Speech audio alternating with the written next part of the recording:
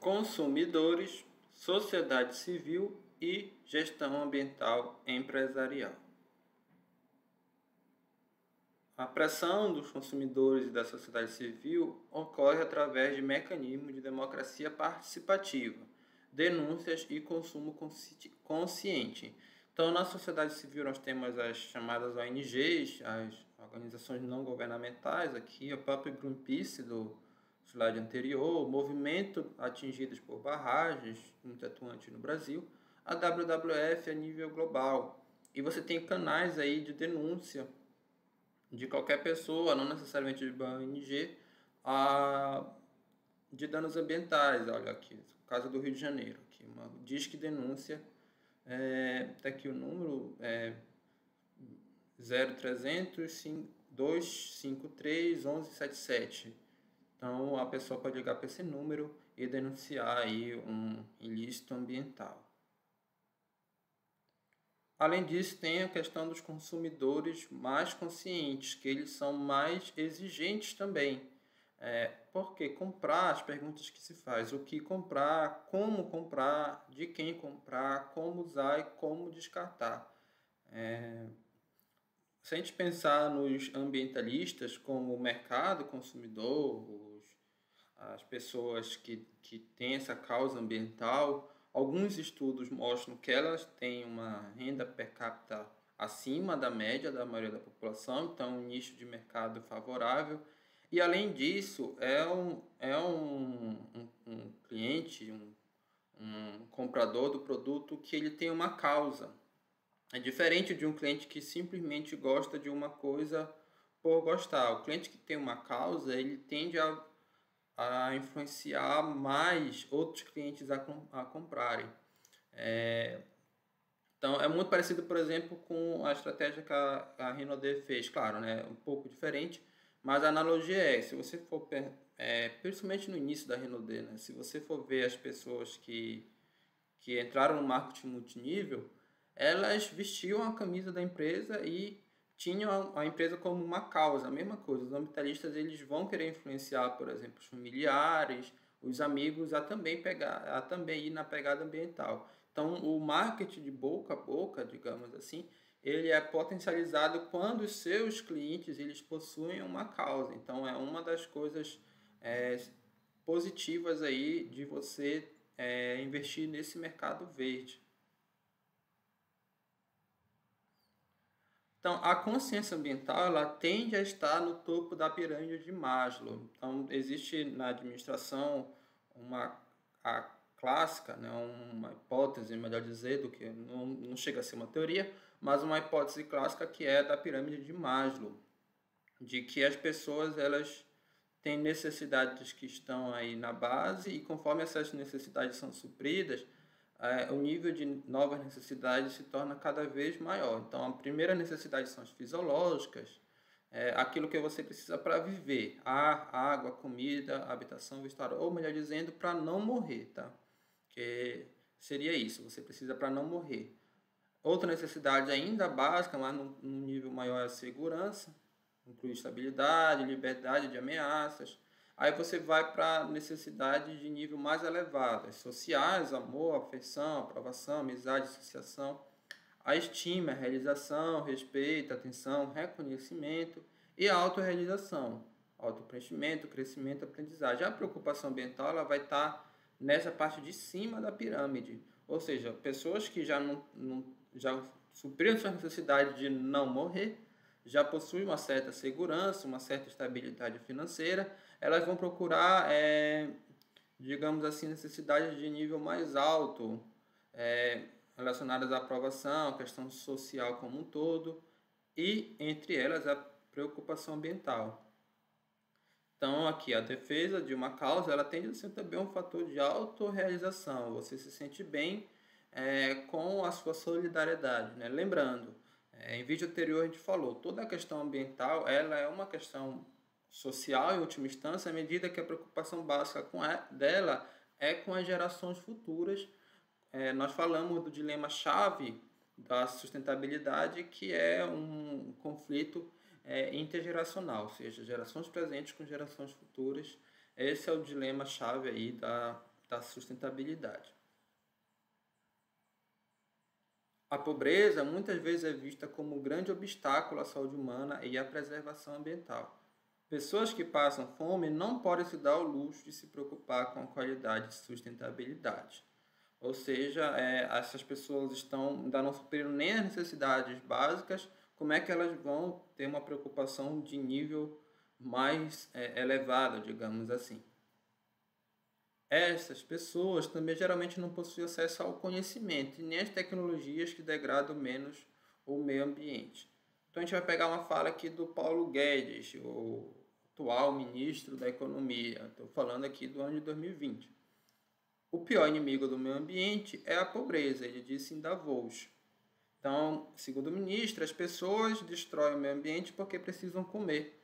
Esse foi um argumento em relação ao desmatamento da Amazônia. Então, o governo argumentava que a melhor estratégia para você reduzir o desmatamento da Amazônia é você reduzir a pobreza. Tem umas teorias que apoiam essa fala, por exemplo, de que as pessoas que desmatam, os primeiros desmatadores da Amazônia, são pessoas que já desmatam a terra pensando na venda para o gado, para a pecuária, e depois da pecuária para a agricultura em larga escala da soja. Então, seria o ciclo do desmatamento. Mas esse primeiro desmatador são pequenos desmatadores que estão em situação de pobreza e eles assumem um risco de serem pegos, por exemplo, pelo fiscal do IBAMA. Então, a situação da pobreza leva a causar o ilícito ambiental. Esse é o argumento. Ainda tem uma teoria mais sólida, digamos assim, que justifica essa fala do Paulo Guedes, que é a do efeito Courtney ambiental. Nós também já falamos em outro vídeo dessa questão. Então, você tem aqui, de um lado, a riqueza, que pode ser medida pelo PIB ou pela renda per capita, e, de outro lado, a degradação ambiental. Então, a hipótese de Courtney ambiental, ela diz que conforme a riqueza de uma sociedade aumenta, a degradação ambiental ela vai aumentando no primeiro momento, mas depois ela diminui. Ou seja, ao longo prazo, ela diminui, porque está aqui no final da curva, né? No final do gráfico. Por que isso acontece de acordo com os teóricos do efeito Courtney? Porque no primeiro momento os países estão se industrializando e a população é pobre, não tem a consciência ambiental, não tem as tecnologias verdes, e a industrialização é aquela industrialização que precisa de muitos recursos. Aí isso vai acontecendo, a industrialização vai degradando o meio ambiente. Quando chega num certo ponto, o país já tem uma riqueza maior, as pessoas já tiveram mais acessibilidade à educação, as tecnologias verdes já chegaram nesse país, e aí o impacto ambiental ele vai diminuindo, o impacto negativo vai diminuindo. Essa é a ideia do efeito Courtney. Claro que é uma ideia também bastante questionável, mas é uma teoria, uma hipótese que embasa esse argumento de que a questão ambiental, em última instância, é uma questão de pobreza. Além disso, geralmente, as pessoas mais pobres têm muitos filhos, como uma forma de segurança econômica. Então, se diz muito por aí, as pessoas têm muito filho porque não tem TV em casa e outras coisas. Não, claro que isso é mais uma brincadeira, digamos assim, do que um argumento comprovado cientificamente. O que a ciência entende é que a criança, para uma família pobre, principalmente no meio rural, ela é como se fosse assim, uma mão de obra familiar, digamos assim, porque desde cedo eles já trabalham na busca de suprimento, madeira, água potável, nas plantações, ajudam os pais, e principalmente também agora com Bolsa Família, né, que é ganho por criança. Então, cuidam da plantação, da criação, do trabalho e até mesmo pedem esmola. Então, desde cedo a criança pobre começa a trabalhar e ela já contribui com a renda da família. Diferente das famílias mais ricas, que eles botam os filhos para estudar, fazer graduação, pós-graduação, e muitas vezes o filho só vai ter uma renda para ajudar a família aí quando tiver mais de 20 anos e quando já for o momento até de sair de casa. Então, para o rico, digamos assim, o filho tende a ser mais um custo, enquanto para o pobre tende a ser entre aspas, um benefício. Por isso existe uma tendência aí dos pobres fazerem mais filhos do que os ricos. Isso é comprovado pelas estatísticas. As pessoas pobres possuem um maior número de filhos. Se possuem um maior número de filhos, pode ter um impacto ambiental maior. Claro que isso também é questionável, porque as pessoas mais ricas consomem mais. Mas existe essa questão que, se você reduzir a pobreza, consequentemente você reduz o crescimento populacional. E aí aqui a gente está falando de impacto de longo prazo, tá bom? Porque por mais que os ricos consomem mais, cada uma dessas crianças aqui também vai ter mais filhos. Então, a longo prazo, essa família de 2 pessoas que tem aqui 15 filhos, por exemplo, vai gerar aí quantos netos e quantos bisnetos?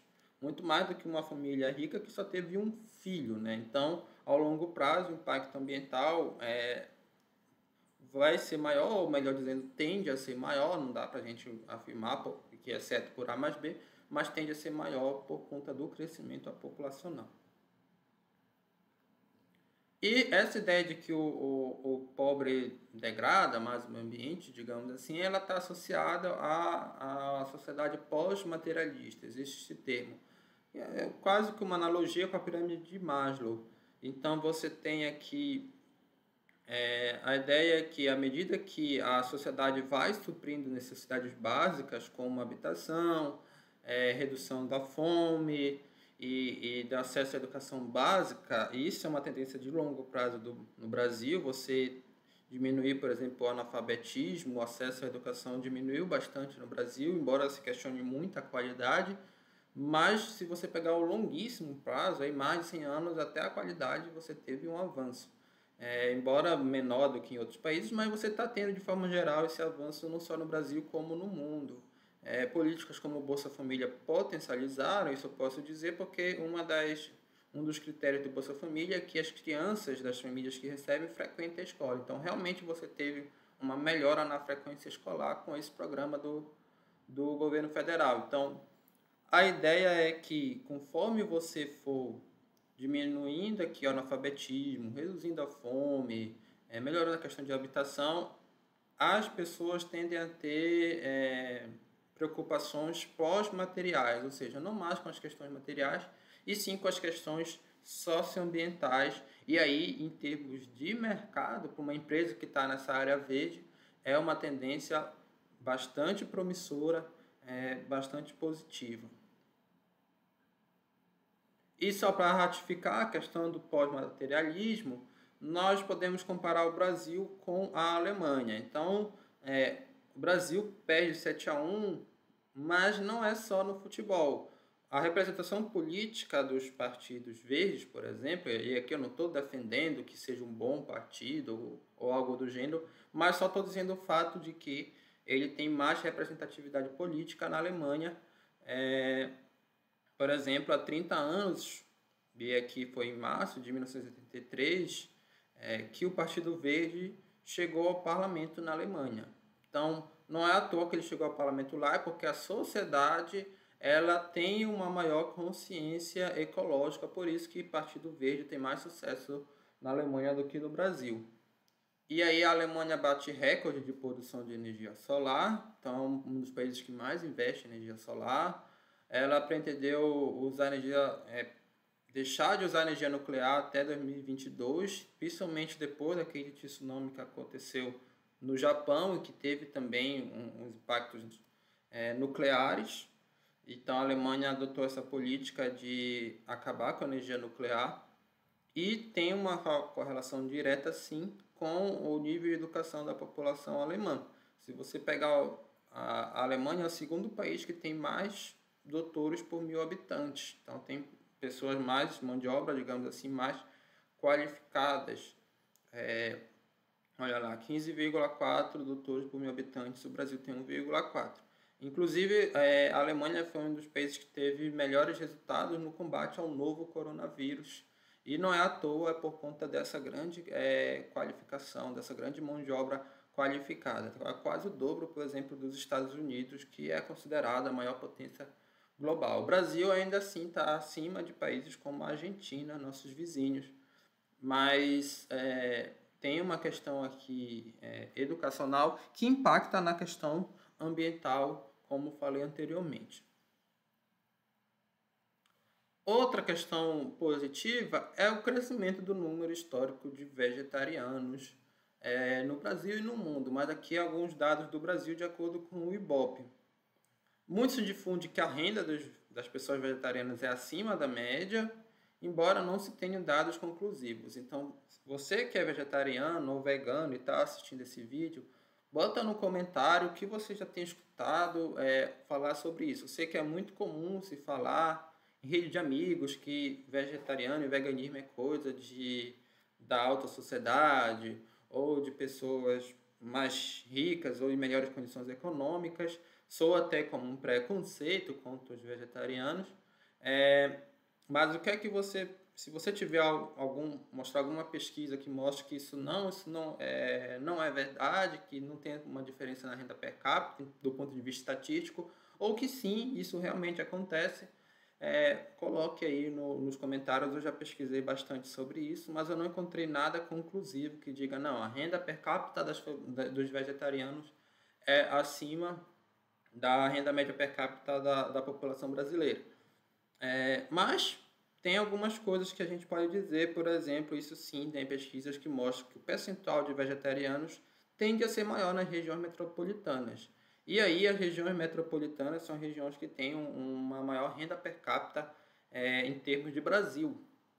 Então tem quase que uma correlação indireta aí entre as duas coisas. Mas o mais importante dessa pesquisa foi o seguinte: 14% dos brasileiros se declararam vegetarianos, 55% dos brasileiros consumiam mais produtos veganos se estivessem indicados na embalagem, e 75% de crescimento da população vegetariana nas regiões metropolitanas.